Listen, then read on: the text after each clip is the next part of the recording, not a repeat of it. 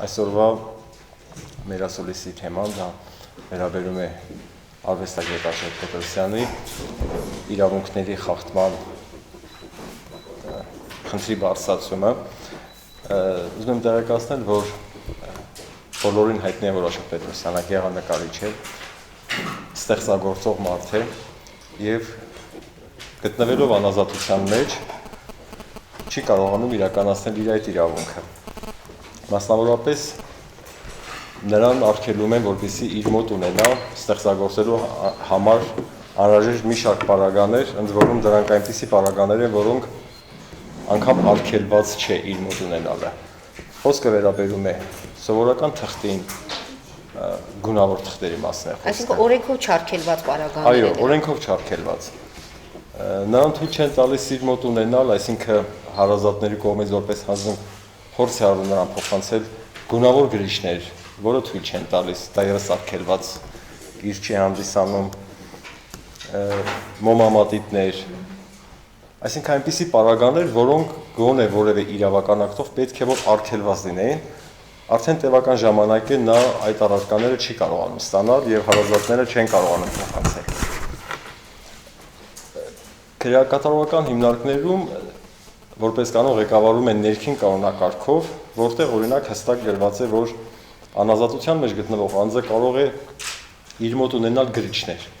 եւ նշված չէ ինչ գույնի գրիչ։ Երբ նրան փոխանցում են կապույտ գրիչ, դա թույլ են տալիս։ Իսկ եթե գրիչի գույնը կարմիր է, ապա թույլ չեն տալիս։ Պատճառաբանություն։ Ուղղակի ասում են արգելված է։ Հարազատները բազմաթիվ անգամ այդպես տարբեր առարկաներ փորձել են փոխանցել եւ թույլ չեն տվել եւ ուղղակի չարգելված իրերի մուտքն է անգամ սահմանափակվում։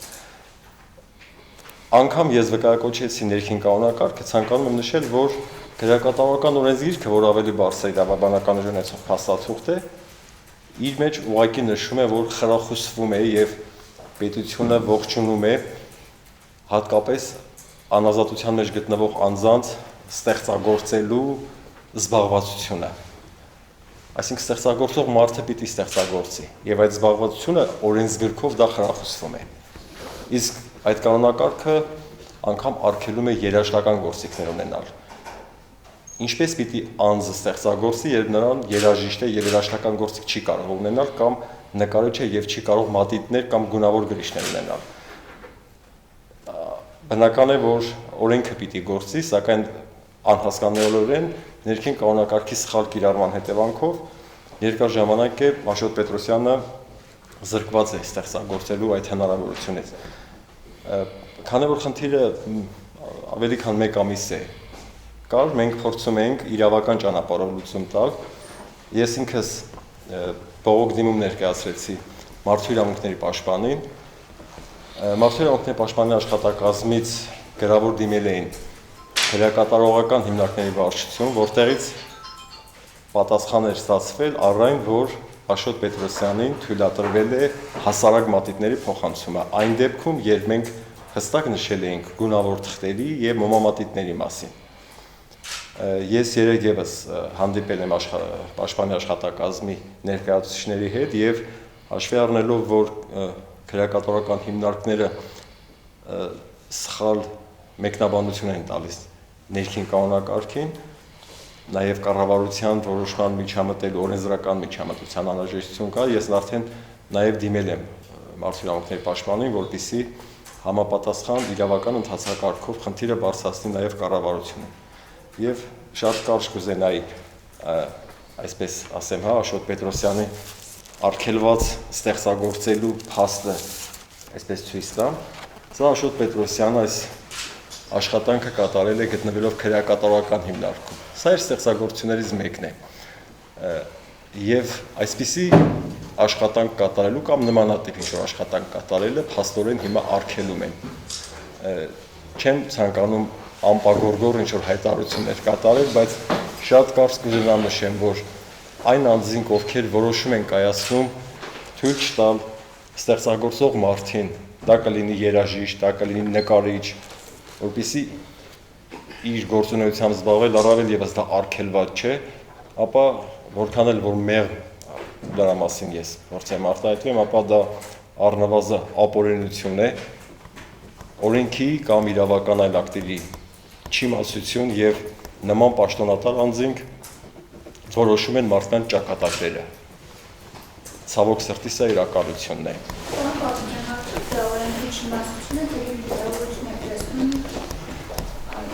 Ես գտնում եմ եւ օրենքի չիմացությունը եւ դիտավորություն։ Ինչու դիտավորություն, որովհետեւ Աշոտ Պետրոսյանը հետապնդվում է իր քաղաքական հայացքների համար։ Աշոտ Պետրոսյանը բոլորին հայտնի է, որ ինքը Սասնածռեր ապստամբ խմբի անդամներից մեկն է, իր բազմաթիվ հրապարակային հայտարարություններով, որոնք նաև իրենց մեջ պարունակել են նաև քաղաքական հայտարարություններ, այս առումով միանշանակորեն դա հետապնդում է, այսինքն իշխանության կողմից կա հիշաչարություն եւ փոխարենը խնդրեն դիտարկեն պարզ հասարակ օրենքի տրամաբանությամբ եւ ղեկավարվեն օրենքով, նրան ավելի շատ հետապնդում են իր հայացքների համար։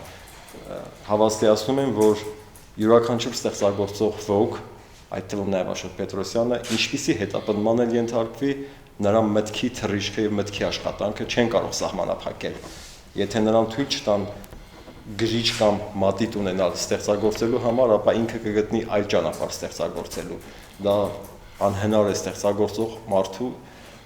այդ հնարավորությունը որևէ կերպ սահմանափակել։ Համոզված եմ նաև դա չի հաջողվելու Աշոտ Պետրոսյանի դեպքում։ Պարոն Բաբիկյան, փաստորեն ասում եք 1 ամիս է, որ այս իրավիճակն է, իսկ 1 ամսից առաջ ինչ պայմաններ են եղել, ինչ պարագաներ է ունեցել, որ թույլատրել են, իսկ հիմա արդեն այդպիսի արգելքներ են դնում։ Հաշվի առնելով այն հանգամանքը, որ Աշոտ Պետրոսյանը կալանքի